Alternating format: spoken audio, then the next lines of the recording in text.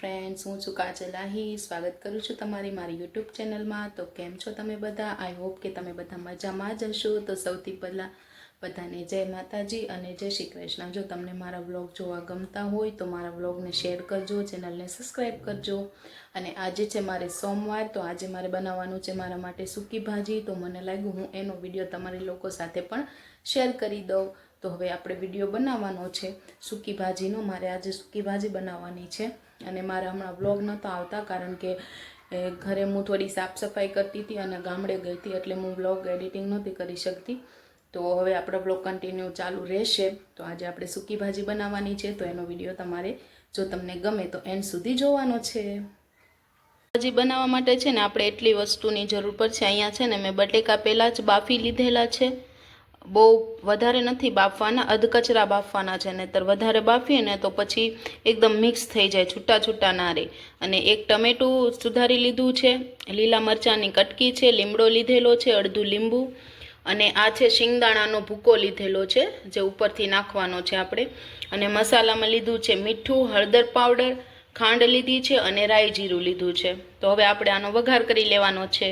તો વઘાર કરવા માટે છે ને એક પેનમાં આપણે 2 ચમચા તેલ લેવાનું છે, શીંગ તેલ, કોઈ બી તેલ ચાલે.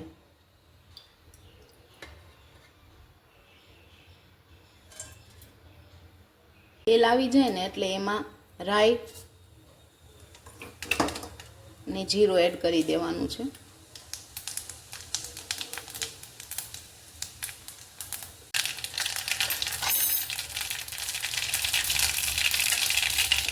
પછી લીમડો અને આ લીલી મરચીની કટકી.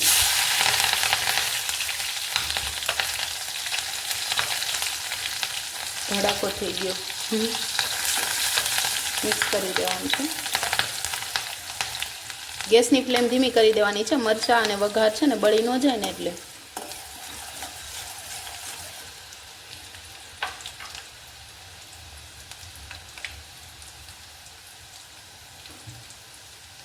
હવે મીઠું ને હળદર છે ને આપણે તેલમાં જ એડ કરી દેવાના છે, એટલે હળદર છે ને પાકી જાય. બટેકા બાફેલા હોય ને એટલે આપણે લાંબો ટાઈમ માટે પકાવવાના ન હોય, એટલે હળદર પહેલાં એડ કરી દઈએ ને એટલે પાકી જાય તેલમાં.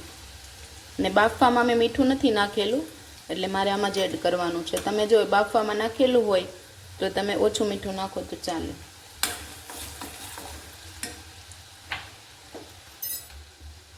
ટમેટાની કટકી એડ કરી દેવાની છે.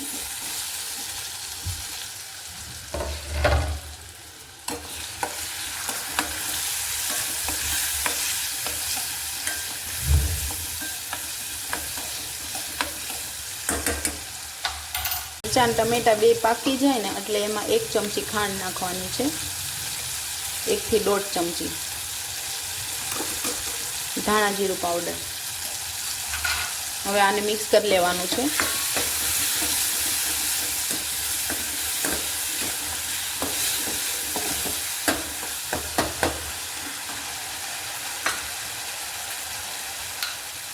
હવે એમાં છે ને આ શીંગનો ભૂકો જે કરેલો હતો ને એ નાખી દેવાનો છે.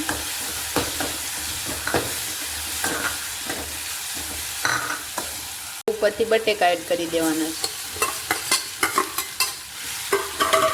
પ્રોપર મિક્સ કરી લેવાનું.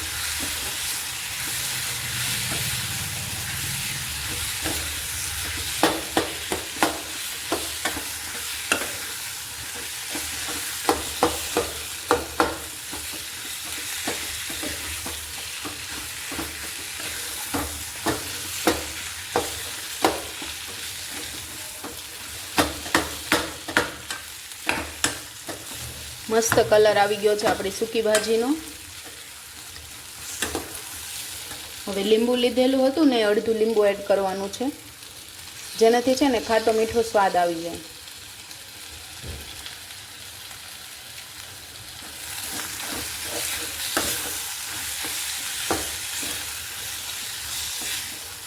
હવે ગેસની ફ્લેમ બંધ કરી દેવાની છે.